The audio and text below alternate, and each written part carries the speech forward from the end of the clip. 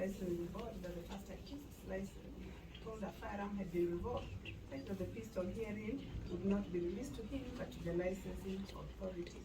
Court was also told that other things taken from the accused persons, including phones, were exhibits which could only be released after production.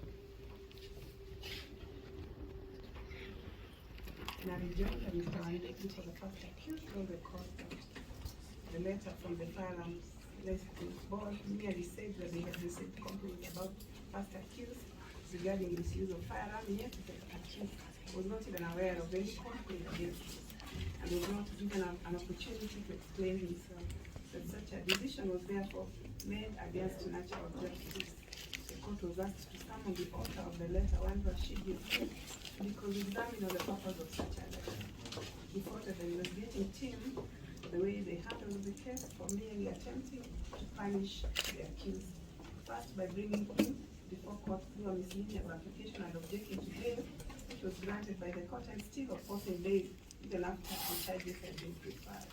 Now, rejoined and Mr. Okute for the second on his part reiterated that the funds did not feature as exhibits in documents provided, and there was no application made for the examination for forensic evidence, and the only reason the investigating team was keeping these exhibits because they are expensive.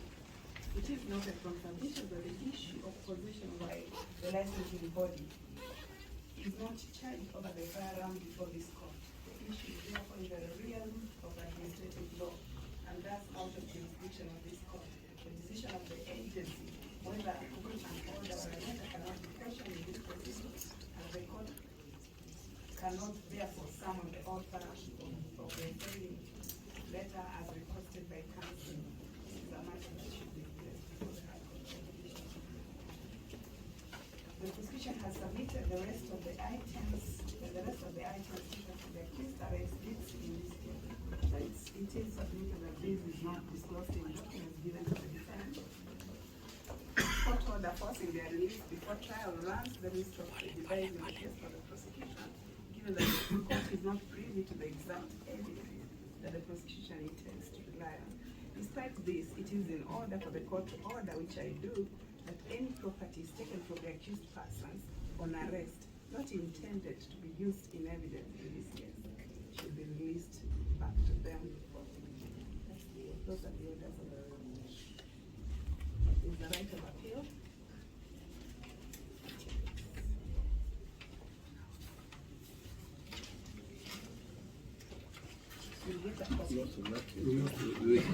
Then we are hearing dates in the matter.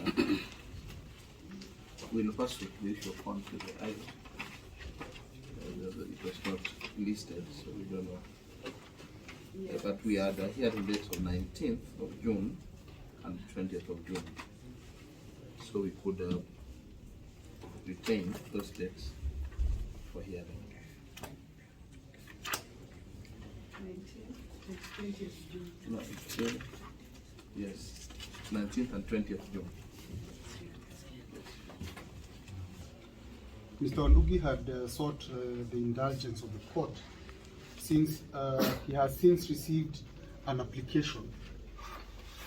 We believe by the applicant is a DCI. I don't know whether they are present.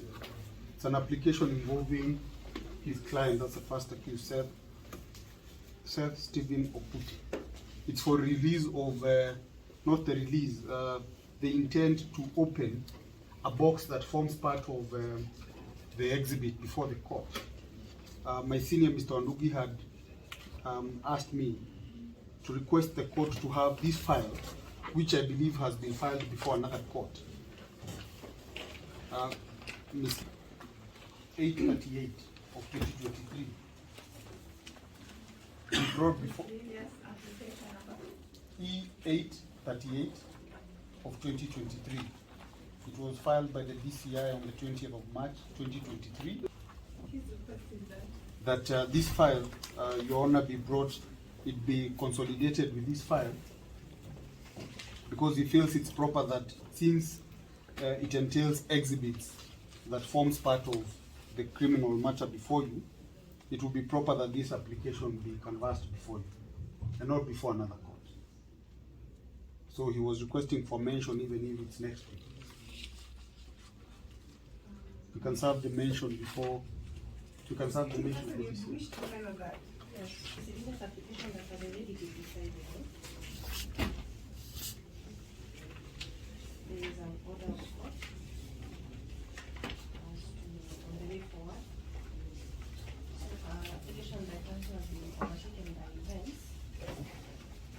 And secondly, issues pertaining to exhibits, and the manner in which the exhibits are going to be supplied and business. For the reason that those are separate issues, which in fact ought to be determined by different courts.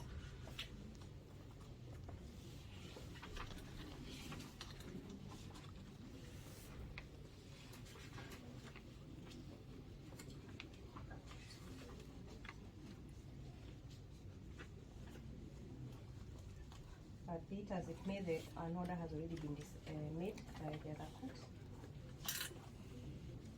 You have the order? Yes. I mean,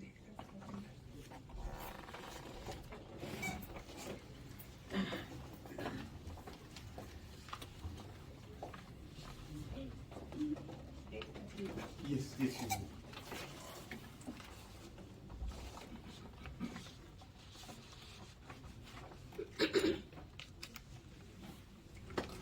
The respondent is the accused person in this matter.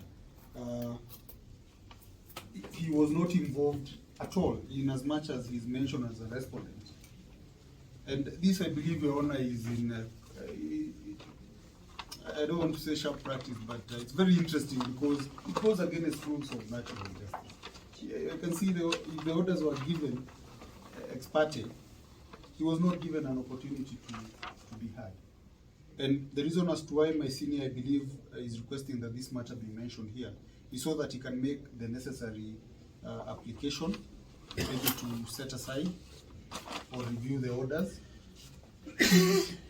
The box in question forms part of the exhibit in criminal case number E100 of 2023, the matter before you. Yes. criminal case miscellaneous. Case number 838 of 2023. The issue counsel intended to be raised before this court has already been determined. The request to call up the file and review and or revise the orders cannot be sustained as these orders can only be made by the High Court. The parties are advised